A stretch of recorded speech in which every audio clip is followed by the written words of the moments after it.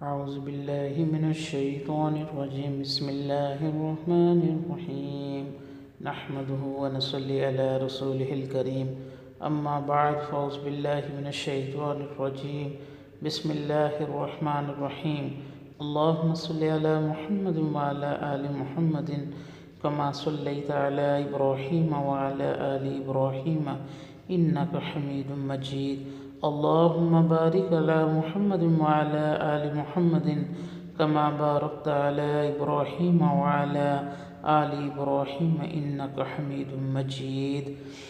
اسلامی آداب معاشرت آج ہمارا یہ موضوع ہے، انشاءاللہ میں یہ حدیث پڑھیں گے۔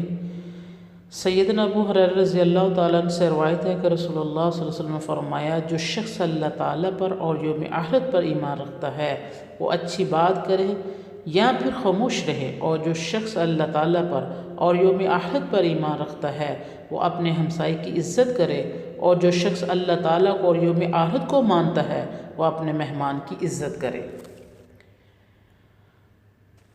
اس حدیث مبارک میں آن حضرت صلی اللہ علیہ وسلم نے آداب معاشرت میں سے 3 اہم باتوں کی طرف توجہ دلائی۔ نمبر 1، آپ نے پہلی بات یہ فرمائی کہ جو شخص اللہ تعالیٰ اور یوم آخرت پر ایمان رکھتا ہے وہ بات کرے تو اچھی کرے ورنہ خاموش رہے۔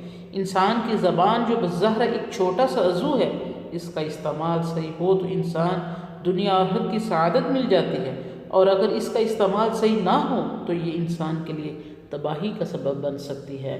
اللہ تعالیٰ کی طرف سے کچھ فرشتے اور انسان کے ساتھ متعین مقرر ہیں جو اس کے منہ سے نکلنے والی ہر بات کو تحریر کرتے ہیں، جیسے کہ قرآن مجید میں ہے، ما یلفظ من قول الا لدیہ رقیب عتید۔ انسان جو کچھ بولتا ہے اس کے لکھنے کے لیے ایک نگران تیار رکھتا ہے۔ وَإِنَّ عَلَيْكُمْ لَحَافِظِينَ كِرَامًا كَاتِبِينَ، تمہارے اوپر معزز فرشتے مقرر ہیں جو تمہارے اقوال و اعمال تحریر کرتے ہیں۔ ایک دفعہ آن حضرت صلی اللہ علیہ وسلم نے اپنی زبان مبارک پکڑ کر حضرت معاذ رضی اللہ تعالیٰ عنہ سے فرمایا، معاذ اسے قابو میں رکھنا۔ انہوں نے پوچھا، کیا ہم جو کچھ بولتے ہیں اس کا بھی مواخذہ اور محاسبہ ہوگا؟ آپ صلی اللہ علیہ وسلم نے فرمایا، بہت سارے لوگوں کو منہ کے بل جہنم میں لے جانے والے عمل ان کی زبانوں کی کٹائی یعنی گفتگو ہوگی، اس لیے زبان کی خوب حفاظت کرنی چاہیے۔ انسان جب بھی بات کرے تو اچھی کرے ورنہ خاموشی بہتر ہے، کیونکہ جو زیادہ باتیں کرے گا اس کی غلطیاں اور گناہ بھی زیادہ ہوں گے۔ اس لیے آپ نے ایک موقع پر فرمایا، جو خاموش رہا نجات پا گیا۔ بعض اوقات انسان کو اپنی کی ہوئی بات کا احساس نہیں ہوتا، لیکن وہ اسے جہنم کے اتھاہ گہرائیوں میں جا ڈالتی ہے۔ آن حضرت صلی اللہ علیہ وسلم نے فرمایا، ایک شخص بات کرتا ہے، اسے اپنی بات کی سنگینی کا احساس ہی نہیں ہوتا، اور وہ اسی بات کی وجہ سے مشرق اور مغرب کی درمیانی مسافت سے بھی زیادہ جہنم کی گہرائی میں جا گرتا ہے۔ ایک اور حدیث میں آن حضرت صلی اللہ علیہ وسلم نے فرمایا، جو شخص اپنے دو جبڑوں کے درمیان والے عضو زبان اور اپنی 2 ٹانگوں کے درمیان والے عضو شرمگاہ کی ضمانت دے، میں اسے جنت کی ضمانت دیتا ہوں۔ ایک دفعہ حضرت صلی اللہ علیہ وسلم سے پوچھا گیا کہ کون سی چیز لوگوں کو جنت میں لے جائے گی؟ آپ نے فرمایا، وہ 2 چیزیں ہیں، خوف الہی اور حسن اخلاق۔ پھر آپ سے پوچھا گیا کہ سب سے زیادہ کون سی چیز لوگوں کو جہنم میں لے جائے گی؟ تو فرمایا، وہ 2 چیزیں ہیں، زبان اور دوسری شرمگاہ۔ ان کے علاوہ بھی بہت سی احادیث میں زبان کی حفاظت پر زور دیا گیا ہے، اس لیے اس حدیث میں آن حضرت صلی اللہ علیہ وسلم نے فرمایا، من کان یؤمن باللہ والیوم الآخر فلیقل خیرا او لیصمت، جو شخص اللہ تعالیٰ اور یوم آخرت پر ایمان رکھتا ہے وہ بات کرے تو اچھی کرے ورنہ خاموش رہے۔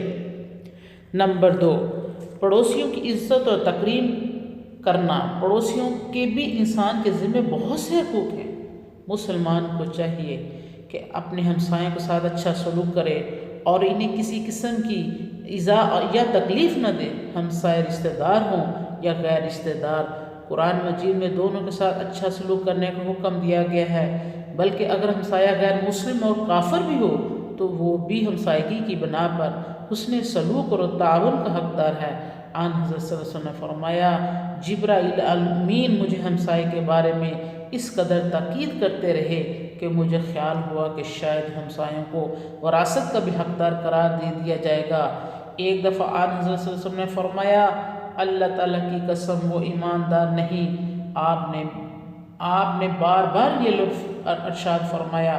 پوچھا گیا اللہ کے رسول کون ایماندار نہیں؟ آپ نے فرمایا جس کی تکلیفوں اور ایذا سے ہمسایہ محفوظ نہ ہو۔ دوسری حدیث میں آپ نے فرمایا جس کی تکلیفوں اور دکھوں سے ہمسایہ مامون نہ ہو وہ جنت میں نہیں جائے گا۔ آپ نے فرمایا جو شخص اللہ اور رسول پر ایمان رکھتا ہے اسے اپنے ہمسایوں کے ساتھ حسن سلوک رکھنا چاہیے۔ آپ نے فرمایا اللہ تعالیٰ کے نزدیک بہترین ساتھی وہ ہیں جو اپنے ساتھیوں کے ساتھ اچھا ہو، اور اللہ تعالیٰ کے نزدیک بہترین ہمسایہ وہ ہے جو اپنے ہمسایوں کے حق میں اچھا ہو۔ ایک عورت بڑی عبادت گزار تھی، دن کو روزے رکھتی تھی اور رات کو تہجد ادا کرتی تھی، مگر پڑوسیوں کے حق میں اچھی نہ تھی، وہ انہیں ایذا دیا کرتی تھی۔ آپ نے اس کے متعلق فرمایا وہ جہنم میں جائے گی۔ بعض اس میں مقول ہے کہ ہمسائیگی کا دائرہ 40 گھروں تک ہے، جیسے کہ بعض ضعیف روایت میں ہیں۔ ایک دفعہ آپ نے قبائل کا ذکر کرتے ہوئے سب سے پہلے شرک، اس کے بعد روزی کے خوف سے اولاد کو قتل کرنا اور اس کے بعد ہمسائے کی بیوی سے زنا کا ذکر فرمایا۔ چنانچہ زنا جس سے بھی کیا جائے گناہ ہے، لیکن ہمسائے کی بیوی سے زنا کی شناعت مزید بڑھ جاتی ہے۔ اسی طرح آپ نے فرمایا جب سالن پکاؤ تو پانی ڈال کر شوربہ بڑھا لیا کرو اور ہمسائے کو گھر بھیجو۔ چونکہ مسلمان کے ذمہ ہمسایوں کے بہت سے حقوق ہیں، اس لیے آن حضرت صلی اللہ علیہ وسلم نے اس حدیث میں فرمایا من کان یؤمن باللہ والیوم الآخر فلیکرم جارہ، جو شخص اللہ تعالیٰ پر اور یوم آخرت پر ایمان رکھتا ہے اس سے چاہیے کہ اپنے ہمسایوں کا احترام کرے۔ نمبر 3، مہمان کا اکرام اور عزت افزائی۔ آن حضرت صلی اللہ علیہ وسلم نے اس حدیث میں آداب و احکام معاشرت میں سے تیسری اہم بات یہ فرمائی کہ جو شخص اللہ تعالیٰ پر اور آخرت پر ایمان رکھتا ہے اس سے چاہیے کہ مہمانوں کو اکرام کرے، ان کی ممکن حد تک خاطر و مدارت کرے۔ مہمانوں کی عزت و تکریم بھی اخلاق حسنہ میں سے ہے۔ حضرت ابراہیم علیہ السلام کے بارے میں آتا ہے کہ وہ کبھی اکیلے کھانا نہیں کھاتے تھے، کوئی مہمان آ جائے تو بہتر ورنہ کسی کو بلا کر لے آتے اور اکٹھے کھانا تناول فرماتے۔ مہمان کے آنے پر ناگواری محسوس کرنا اسلام اور اخلاق کے منافی ہے۔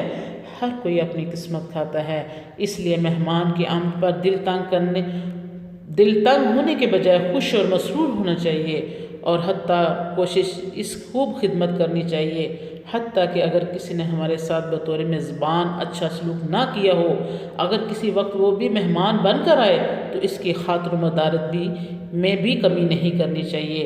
آن حضرت صلی اللہ علیہ وسلم نے کسی شخص سے پوچھا کہ اگر میں کسی کے ہاں مہمان ٹھہروں اور وہ میرے ساتھ اچھا سلوک نہ کرے، بعد میں کسی وقت وہ میرا مہمان بنے تو میں کیا کروں؟ اس سے بدلہ لوں یا مہمان نوازی کروں؟ آپ صلی اللہ علیہ وسلم نے فرمایا جس کا اللہ تعالیٰ پر اور یوم آخرت پر ایمان ہے وہ اپنے مہمان کی تکریم بجا لائے۔ عرض کیا گیا حضور کب تک؟ آپ نے فرمایا پرتکلف کھانا، 1 دن رات اور ضیافت صرف 3 دن تک، اس کے بعد کی خدمت و توازیہ صدقہ ہے۔ چلتے وقت بھی اس کو اتنا خرچہ دینا چاہیے کہ ایک منزل تک کافی ہو جائے۔ چونکہ مہمان کا میزبان کے ذمہ حق ہوتا ہے، اس لیے آپ حضرت صلی اللہ علیہ وسلم نے ان احادیث میں مہمان کے اکرام و خاطر و مدارت اور خدمت کرنے کی تلقین فرمائی ہے۔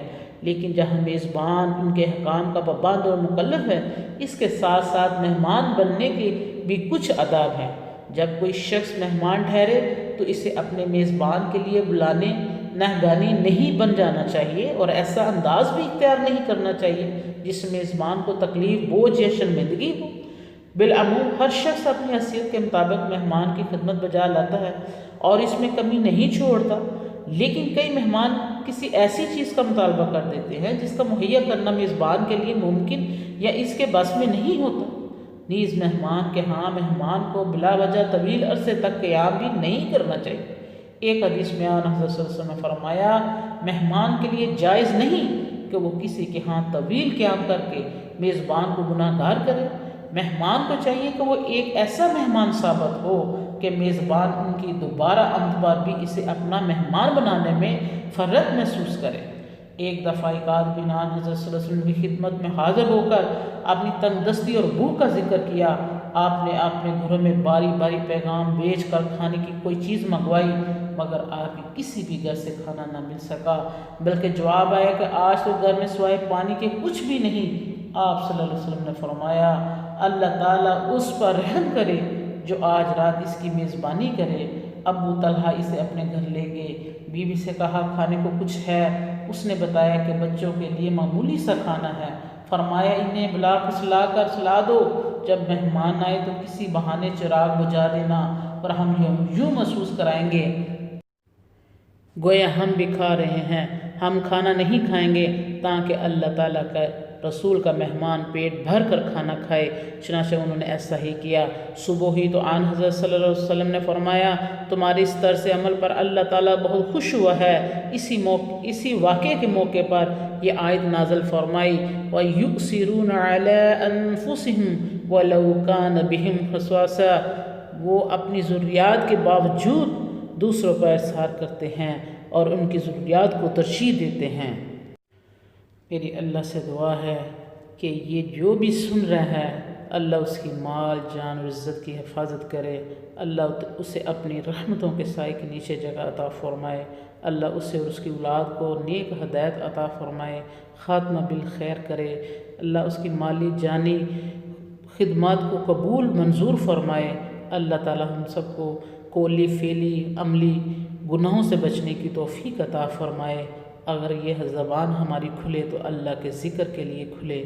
اللہ تعالی ہمیں شیطان کے شر، نفس کے شر سے بچائے۔ اللہ تعالی ہماری غلطیوں کو، تاہیوں کو جو ہم نے جان بوجھ کر کی ہیں، جو نادانی میں کی ہیں، جو زہرہ کی ہیں، جو کشیدہ کی ہیں، اللہ غفور الرحیم ہے، اللہ تو معافی کو پسند کرتا ہے، معاف کرنا تیری صفت ہے۔ اللہ ہمارے تمام کبیرہ صغیرہ ظاہری باطنی گناہ معاف فرما دے، آمین یا رب العالمین۔